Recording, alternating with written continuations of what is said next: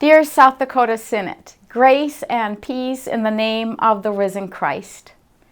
Many times throughout my life, I wished for a simple name.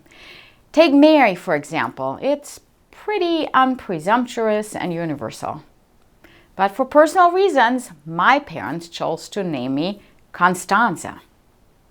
Over the years, my name grew on me, so much so that I no longer can imagine having a different name. In fact, I love my name. Admittingly, my name can cause people to pause with hesitancy when they don't quite know how to pronounce it. Some reluctantly try, some confidentially call me Constanze. Others ask, how do you say your first name? Could you spell that for me? Either way, I'm used to people tripping over my first name, and I'm usually prepared with an answer before they even ask. I either slowly spell my name or I invite people to think of George Constanze from the sitcom Seinfeld, which will get them to lighten up, unwrinkle their forehead and go, ah, yeah, now I get it. Well, let's just say that I haven't met anyone yet that just looks at my name and right out of the gate is able to pronounce it perfectly. Except when I went to buy bread at the local bakery the other day, that is. I was on my way to the office and quick made a stop at the bakery to stock up our freezer with a few loaves of bread to have on hand at home.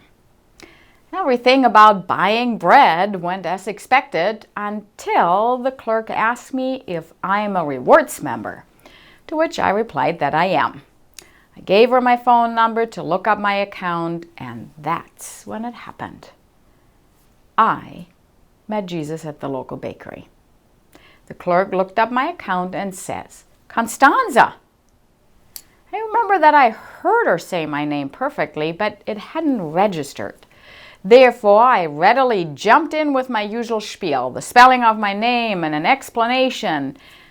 I had barely started to spell my name, though. Maybe I had made it to the third letter when I paused.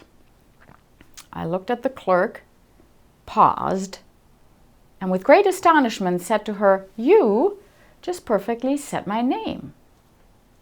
What unfolded was a conversation that only grew more tender by every word that we exchanged.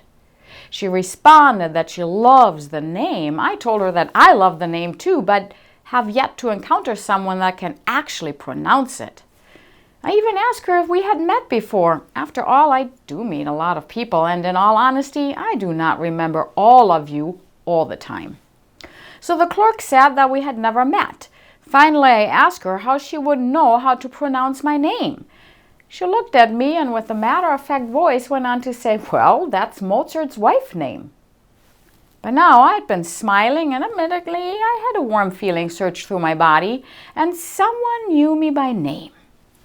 Someone I had never met before was able to pronounce my name without me needing to offer an explanation or justification. I have to admit, that just felt pretty good. But when the clerk stated that Mozart's wife's name was Constanze, I have to admit I was a bit more than just surprised, because the very reason I am named Constanze is because of Constanze, Mozart's wife. My mom was an avid Mozart lover, and when she found out that she will have a daughter, she left no room for negotiations. I was going to be Constanze, end of discussion. But you need to know that no one knows that. Well, now people do because I'm sharing it here. But until I went to the bakery and encountered the clerk, only a select few knew. Therefore, you might be able to imagine my surprise. How do you know all this stuff? She just shrugged her shoulders, smiled, and responded, I'm just a classical music nerd, that's why. I can honestly say that that day I left the bakery with a spring in my step and a smile on my face and a feeling of warmth in my heart.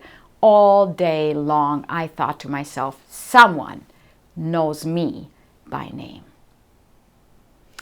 When in John's Gospel, Mary encounters Jesus in the garden, she mistakes him for the gardener until he calls her by name. Within a split second, Mary's world was no longer filled with grief and anguish, but with the assurance that her Redeemer lived. Early in the story, Jesus had healed her from 7 demons. He had restored her to live in community again.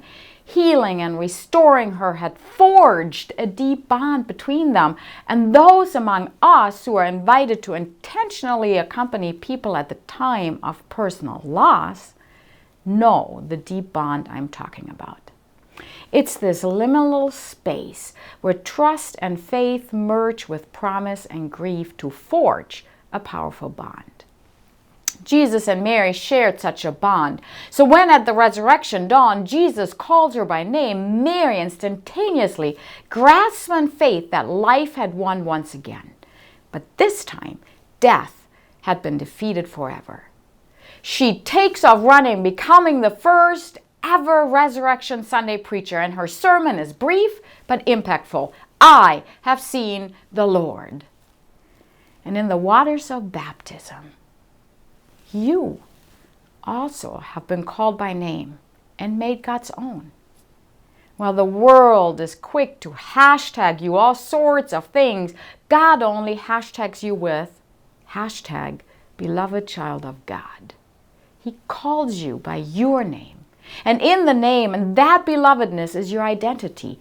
Death, sin, brokenness, dear South Dakota Synod, hold no power over you. Because He has risen.